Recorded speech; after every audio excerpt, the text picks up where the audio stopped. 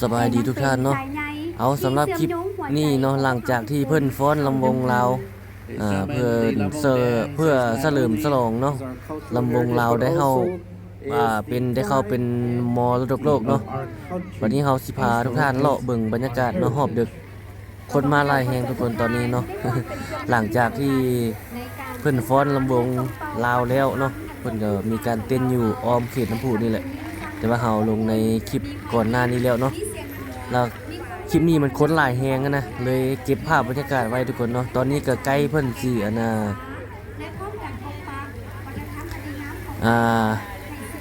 ยิงโดนเนาะบินโดนก่อนตอนนี้นะใกล้สิยิงโดนแล้วเนาะหลังจากฟ้อนลำวงแล้วเราก็จะได้ฟังคำอวยพรจากประธานประเทศเนาะแล้วต่อมาก็จะเป็นการจุดพลุนับถอยหลังเนาะเพื่อต้อนรับปีใหม่2025อันนี้ตอนนี้มันเป็นตอนที่เพิ่นฟ้อนลำวงแล้วทุกคนมันคนหลายแฮง ก็เลยเก็บบรรยากาศไว้หลายนิดนึงเนาะเพื่อเป็นจารึกหรือว่าเป็นให้เฮาได้มาเลาะมาชมมึงแบบนี้นะเนาะฝากไว้นำช่อง YouTube เนาะบางเทื่ออยากเห็นก็เอามาเปิดเบิ่งไม่อย่างประมาณนี้หรือว่าเอาไว้ให้คนรุ่นหลังเพิ่นได้เข้ามาเบิ่งมาชมเนาะว่าเวียงจันทน์เฮาก็เคยมีแบบนี้มาก่อนไม่อย่างประมาณนี้เนาะอันนี้ช่วงเวลาใกล้เพิ่นจะนับถอยหลังอันนี้ทุกคนเป็นภาพบรรยากาศคนเต็มเลยในจุดนี้ เพราะว่ามันใกล้ฮอด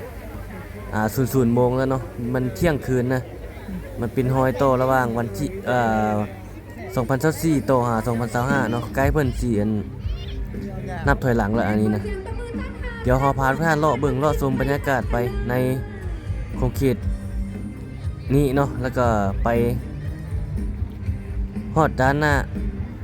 แล้วแต่ว่าคลิปที่เฮาลงผ่านมาหันลงหมดแล้วทุกคนเลยแต่ว่าคลิปนี้มันยังค้างอยู่ เฮาเลยเอามาลงเป็นบรรยากาศแบบนี้ให้ทุกท่านได้เบิ่งกันนะคนหลายแฮงเนาะนั่งเต็มเลยเพิ่นเอาศาสตร์เอาผู้เอานั่นหยังมานั่งรอเนาะนับถอยหลังเดี๋ยวเบิ่งบรรยากาศสดไปเนาะทุกคนบรรยากาศสุดยอดหลายถือว่าบินโดนเนาะโดนเพิ่นก็จะมาแต่ทางทีมงานเนาะเพิ่นมาแต่ไทยเพิ่นมาบินโดนให้สาวลาวเฮาได้เบิ่งได้ชมเนาะก็แลกเปลี่ยนความรู้เนาะเพราะว่าลาวเฮาก็บ่เคยเฮ็ดแบบนี้มาก่อนนะทุกคนเนาะเบิ่งนั่งอยู่เขตนี้เต็มเลยทุกคนเห็นบ่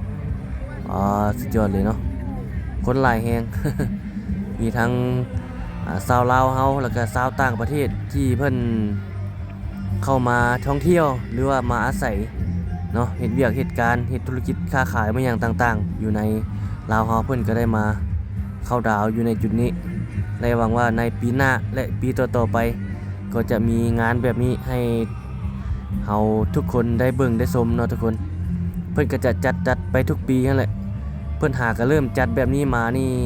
ปีกายเนาะปีกายแล้วก็มาปีนี้ได้อยู่ประมาณ2 ปีนี้เนาะปีนี้เป็นปีที่2ก็ถือว่าพัฒนาขึ้นมาเนาะกว่าปีผ่านมาเนาะปีนี้ถือว่าเป็นระเบียบเรียบร้อยหลายเนาะเบิ่งสถานที่ต่างๆเนาะบรรดาห้างร้านขายเครื่องขายหยังเพิ่นก็จัดเป็นระเบียบปีนี้เนาะบ่ได้ขายสู่สะทรายมีเป็นจุดเพิ่นกำหนดให้บ่อนจอดรถเนาะทางเข้าออกภายในงานปิดทางเข้าออกทางฉุกเฉินไม่อย่างต่างๆเพิ่นได้มีการวางแผนเนาะกะเตรียมงานได้ดีหลายเนาะทุกคนระบบ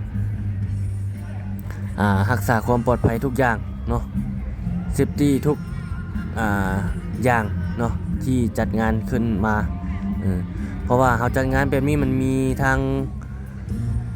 ตั้งแต่เด็กน้อยเนาะหลายๆขึ้นไปจนฮอดผู้เฒ่าไม่เฒ่าเนาะปู่ย่าตายายผู้ที่เพิ่นไปได้เนาะเพิ่นก็มาทุกคนบ่แม่นมีแต่วัยรุ่นวัยหนุ่มเฮา มีครบเนาะเพราะว่าเป็นงานบุญใหญ่และหวังว่าปีหน้าก็จะคึกคืนขึ้นไปอีกเนาะในปีนี้ก็ได้สำนี้ศึกษาไว้ได้สำนี้เนาะยกตัวอย่างเนาะปีผ่านมาเฮาบ่ได้บินโดรนปีนี้เพิ่นก็ได้จ้างทางผู้ที่เพิ่นเคยเฮ็ดแบบนี้มาแต่ก่อนเนาะผู้ พิ่นนั่นน่ะล้ำนาไปก่อนเพิ่นเอาโดนเอาหยังเพิ่นมีงานสู้แบบนั้นเนาะอยู่ลาวเฮาส่วนหลายมันจะบ่มีบ่อนบินบ่อนโซเนาะเฮาก็เลยบ่ได้มีอุปกรณ์จุดนี้บ่คืออยู่ไทยเพิ่นมีงานมีหยังตลอดเพิ่นบินตลอดเนาะลาวเฮามันโดนๆจึงมีทีนึงบ่หรือจังใดประมาณนี้นะมันก็ถ้าเฮาซื้อมาเมียนบางอย่างก็น่าจะนั่นแหละปีต่อไปเพิ่นก็มีน่าจะมีการพัฒนาไปทุกคนเนาะเฮ็ดด้วยฝีมือของคนลาวเอาเฮาเองเนาะแต่ว่าปีนี้ได้สำนี้เบิ่งถอดบทเรียนเนาะเพราะว่าเฮาก็อยู่ในครอบครัวของเขตประชาคมอาเซียนนี่ทุกคนเนาะมีหยังก็ต้องได้จับมือกันเนาะก้าวผ่านสู่ความเจริญชีวิตไลรุ่งเรืองในอนาคตทุกคนถอดบทเรียนข้อดีข้อเสียเนาะเพราะว่าเฮาอยู่ในกลุ่มบรรดาประเทศอาเซียนเนาะร่วมมือทุกด้านทุกอย่างเลยทุกคนเลยให้มันทันภาคพื้นและสากลเนาะพัฒนาไปหน้าเรื่อยๆยกระดับทุกอย่างด้านเศรษฐกิจด้านการไม่อย่างต่างๆไปเลยให้มันมีความอุดมสมบูรณ์พัฒนาไปเรื่อยๆจากยุคนี้พัฒนาสำนี้ยุคต่อไปก็พัฒนาขึ้นไปอีกไปตามการเวลายุคสมัยเนาะพัฒนาไปเรื่อยๆทุกคนนี่รถอันนี้ขบวนรถการน้ำเพื่อนเข้ามาเนาะนี่ไกลจะนั้นเลยไกลจะนับถอยหลังเนาะอันนี้เป็นแขกการนำขั้นสูงเพื่อนเข้ามาร่วมงาน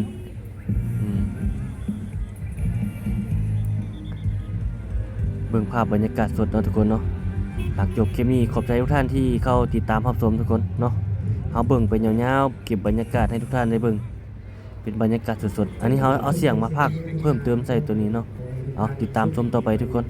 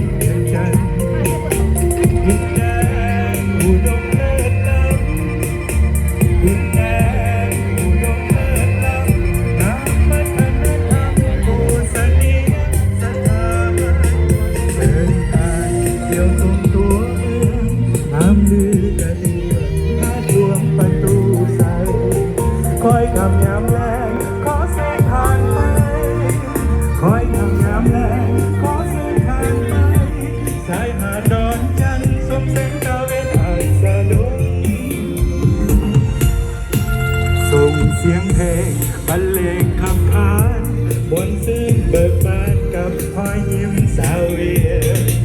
เสียงโอละนอโฮส่งเสียงโอละนอโฮส่งป้อนลำวงเกี่ยวสาวน้ำเมืองเวียงจันทร์สุขสันต์ได้เที่ยวสุ่มตัวเมืองหักประกันเรื่องความสงบสะอาดปลอดภัยถนนลานสร้างสีเขียวสดใสถนนลานสร้างสีเขียวสดใสส่องแสงเลี้ยงไปให้เห็นหอคำสง่าราศีราตรีเวียงจันทร์พื้นดินน้ำตาและสีวิไลเวียงจันทร์ก้าวผ่านมีเสน่ห์งามตาและสีวิไลเพียงแค่นี้ช่างเป็นดังดวงใจจงพัฒนาก้าวไปไล่ยามไม่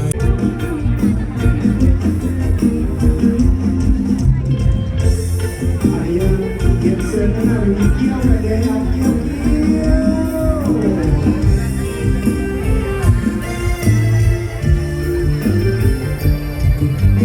มือ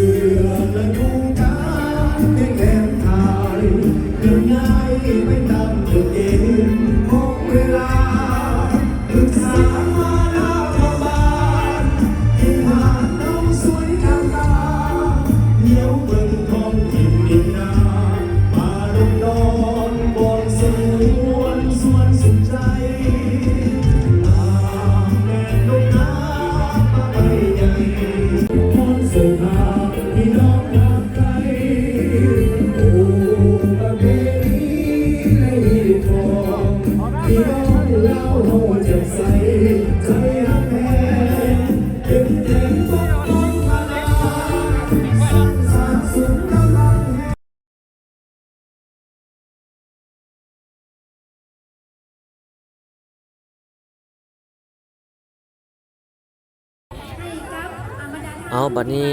หลังจากที่ชมการจุดพลุเนาะทุกคนจุดพลุบินโดรนสำเร็จเนาะตอนรับปีใหม่สากล2025สำเร็จไปวันนี้ทุกคนก็พากันกลับบ้านเนาะนี่ตอนนี้พากันกลับบ้านกลับซ่องแล้วบัดนี้กลับยาวกลับเหือนแล้วเนาะหลังจากที่เข้าดาวสำเร็จเดี๋ยวเฮาพาทุกท่านเบิ่งบรรยากาศสดเนาะตอนที่แล้วงานแล้วบัดนี้ตอนนี้ทุกคนกำลังหลั่งไหลกลับบ้านเหือนเนาะกลับบ้านกลับซ่อง ถือว่าสำเร็จเนาะในการเข้าดาวเหตุการณ์น้ำเพิ่นก็เตรียมออกจากสถานที่เนาะอันนี้เป็นบรรยากาศกลับบ้านกลับซ่องแล้วทุกคนเลยหลังจากเสร็จสิ้นการเข้าร่วมนับถอยหลังเข้าดาวต้อนรับปีใหม่สากล2025ทุกคนเดี๋ยวเฮาเบิ่งภาพบรรยากาศสดไปเนาะเบิ่งภาพบรรยากาศสดไปแล้วก็ถือว่าเป็นการจบคลิปสำหรับปีนี้เนาะติดตามรับชมต่อไปทุกคน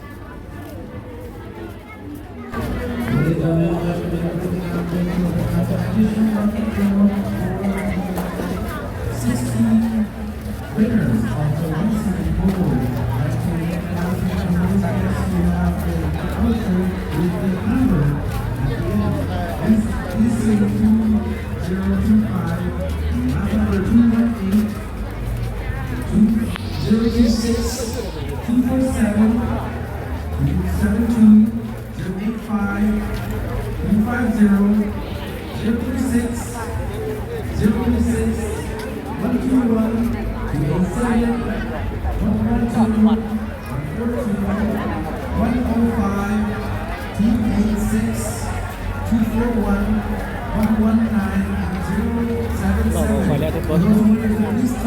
คนละลาย สามารถเอารางวัลที่ได้ใต้ของเวทีกับพี่น้องทุกคนเลยเนาะกับทางที่แขกชาวบ้านคนเดียวและตำรวจไปกันและพบกับคณะสำหรับรางวัลที่2ทั้งนัก2สลึงหมายเลข BC 2025 063ยังคือ BC 2025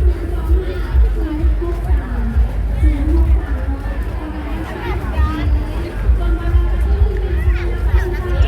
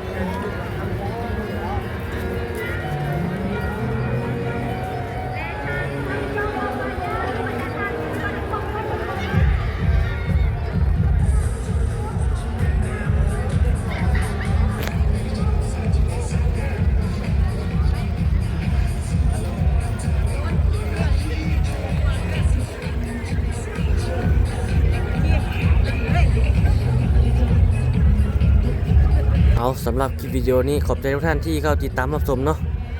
เบื้องถนนลานซางกับคนเต็มทุกคนเลยเอาพบกันใหม่ในปีหน้าทุกคนเนาะปีนี้ประมาณนี้ละคลิปนี้เนาะเอาพบกันใหม่ทุกคนสบายดี